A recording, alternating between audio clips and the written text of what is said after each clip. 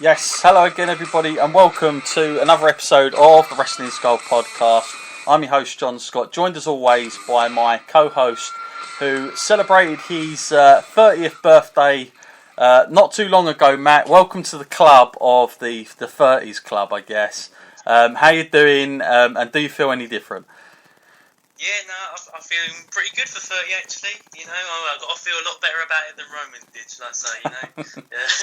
30's got a bad name these days. Yeah, thanks to Roman. So Matt has joined the very elite club that is out there, that, including Roman Reigns is now in as well, as he said. And lots to talk about this week, Matt. Obviously the fallout.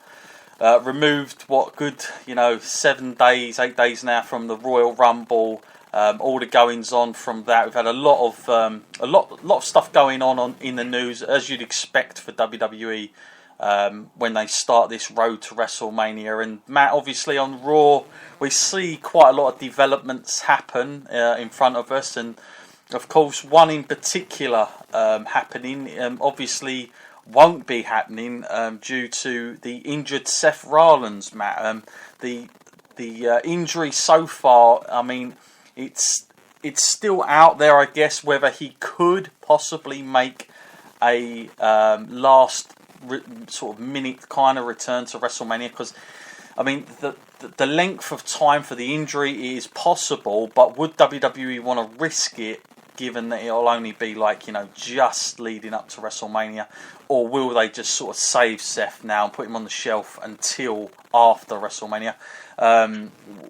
Led to believe, I would imagine, Matt, the way Seth Rollins and WWE have been in the past, that they'll probably wait, post WrestleMania. What do you think, Matt? Do you think there's any chance of Seth Rollins and Triple H still hooking it up at WrestleMania, or do you think that's now completely fizzled out and gone?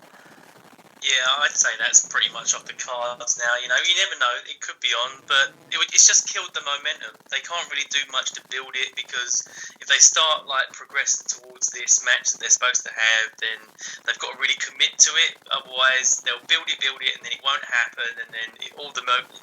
It was slowly building as it was anyway. It was a bit of a pain, but I would just leave it, because I'm sure they've got enough talent there on the WrestleMania card anyway. It looks like this year finally they might actually be able to put on some matches of a good level, but that remains to be seen. Yeah, it does.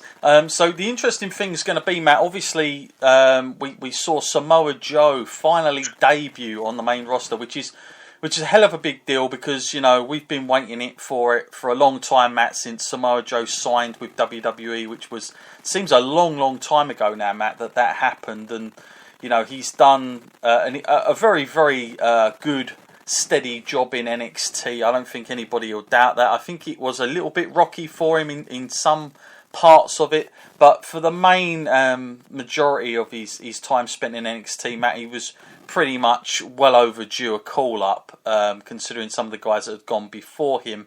Obviously, he came in with so much, a little bit of momentum. He's kind of coming out as Triple H's henchman in a sense. So again, people will argue, should he have gone to SmackDown? Would it have been a better fit? Yeah, possibly, but at the same time, if you've got Triple H as the guy who's going to sort of oversee you in a story sense and behind the scenes, that's also got a lot of momentum as well. And you could argue that perhaps it's better to have that going on than just sort of getting lost in the shuffle on the roster on SmackDown. But obviously now people in hindsight would probably say, well, it would have been better for SmackDown looking at the way things have turned out. But what do you do with Samoa Joe now, Matt? I mean, does he come out and just do the logical thing and say, I done what I was meant to do, I took Seth Rollins out and put him on the shelf, and then you wait for that further down the line? Or will they go in a completely different direction with Joe now and keep him away from Triple H? Or do you think they carry that on somewhat? I guess the alliance between him and Triple H has to sort of mean something. I guess they have to carry that on in some way. And, you know, it only makes sense that when Seth is fit, that he will continue the feud with Joe, because that would make sense if he's put him out, or in the storyline sense, that's what he's suggesting. That would be the way that I would go with that. But, you know, in the meantime, it is a little bit of a worry, because I think they were kind of like hoping that this Seth thing would work out, and they didn't really leave themselves with too many other options. And the ones that they do have, other options, aren't really that exciting for people that would face Joe. I mean, I know there's people there that have the capabilities to do so, people like Sami Zayn, and, you know, but then we don't want to see stuff that we've already seen down on NXT either. We're getting that far too often these days. Yeah, it's going to be interesting, because I guess you know, in a sense, Matt, you could argue a lot of matches that he could potentially have on the Raw roster, but the problem is now, Matt, is that a lot of those guys are sort of locked into other feuds, and I'm guessing most of their paths have been pretty well planned out, you know, even before the Royal Rumble. So you don't want to take any of that away either, because, you know, I had a few emails in saying, you know, could it be the two Samoans going at it, Roman Reigns versus Samoa Joe? And, you know, given what happened with Roman Reigns and going through to Fastlane, and then obviously we think he's going to be destined for The Undertaker, I can't see WWE wanting to change that to have that kind of a match. But, you know, it does leave that problem. Is Joe going to just be left in sort of a mid-card area for WrestleMania now, and, you know, having to maybe, I don't know, go for like Chris Jericho or something like that? I don't know, because the thing is as well, Matt, is you've got to think Joe has come in as a dominant heel, so it's difficult, isn't it, to see what he's going to do. Obviously, a lot of people are pointing out they just hope he's not going to be involved in like some sort of 6-man ladder match kind of deal, where it's just sort of not even centered around him. You know, they want him to have some sort of feature match. But then again, Matt, we don't really know that he would have had that big feature match, even if Seth Rollins was good and ready, because let's be honest, it was always going to be Triple H and Seth at WrestleMania. So where Joe fit in, I'm not too sure. I'm not saying I mean, more than likely, Matt, he would have been involved in that match somewhere, I guess. But obviously, he wouldn't have been sort of the big main focal point of WrestleMania, regardless. So lots of different ways they could go with it. Is there anyone that you know, if you was booking it, Matt, you could see potential with them going with? I mean, if you looked at who else is in sort of locked in with things, is there anyone you could kind of nicely pull out and put him in? I think the only logical one I would go for would be Sami Zayn. I mean, he's not totally 100% fixed into a feud. We know that they can work well together, and he is that kind of face that they can put him against. And also, you know, Sami Zayn is someone else who's been treated a little bit unfairly lately, so it would make sense if they picked on him as well. Absolutely.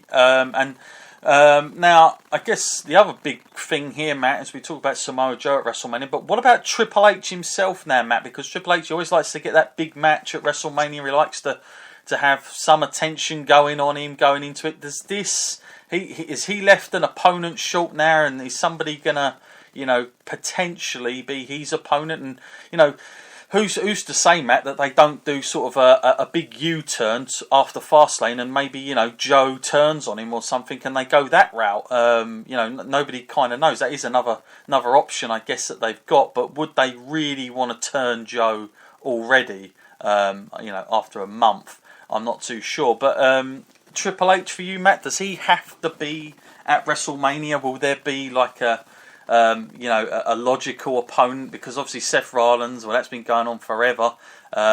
Few people will point out Shane McMahon, which is one of those matches that, you know, it's always been in the pipeline. You always think, yeah, that's good sense for that. Like last year, I felt it would have been better for Triple H to go up against Shane than definitely The Undertaker, just because of the whole company issue and Shane leaving, and where Triple H is in the company now and where Shane isn't. I think that would have made perfect sense. But you know, do we really want to see that? I'm not too sure. So is there anybody else for Triple H, Matt, that you can reel off for him? Well, yeah, that's a difficult question because, you know, we've become so used to seeing Triple H now at WrestleMania. It's like it's almost taken for granted that he will be there.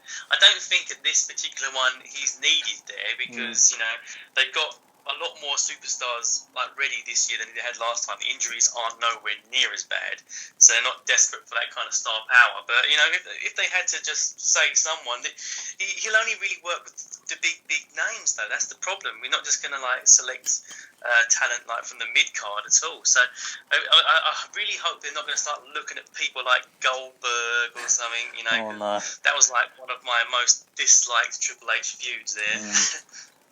Yeah, we don't. Off the top of my head, no one really springs to mind. So I think it would make sense if they left him out of this year's one, really. Yeah, I mean, there are only a couple of guys I can think of. Like, if anybody, Matt, I'd like to see like who you mentioned earlier, Sami Zayn would be a great opponent. Yeah, that's cool. Yeah, just because of where Sami Zayn's position is at the moment, he's had those little squabbles with you know the Stephanie and Foley and all the rest of it, and you know, and Triple H in the past. So there is room. They planted seeds for that. I know that would never have been the idea, but imagine, you know, what a push that would be for Sami Zayn to get a match with Triple H at the big show. Now, it doesn't necessarily have to be one of the main events, but there's obviously more worth out of that for Sami in the long run than anything else, than having Triple H go in against, you know, an already established star. So I'd love to see it where it's Triple H against a guy on that mid card, or just needing to get that edge up the roster a little bit. But it's really it'll be interesting to see where they go.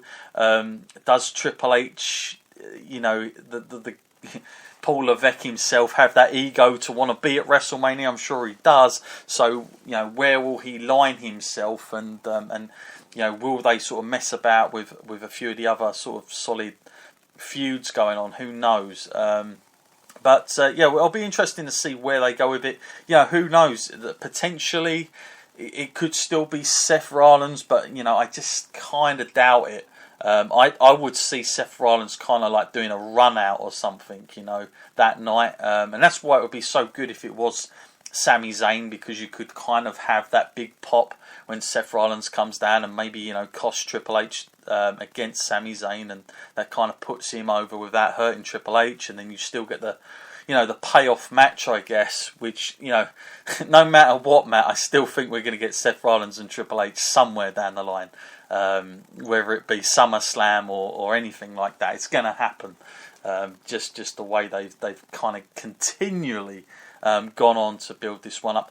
Matt, the other interesting thing we got out of Raw was something I joked about on the podcast last week, and it actually happened. I said, you know, why don't they just come out and announce Brock Lesnar versus Goldberg and have it done? Well, they did that. They did it that night, and you know, Paul Heyman come out, made the challenge. Tonight, obviously we're live tonight, and Raw going out. Goldberg is scheduled to be there.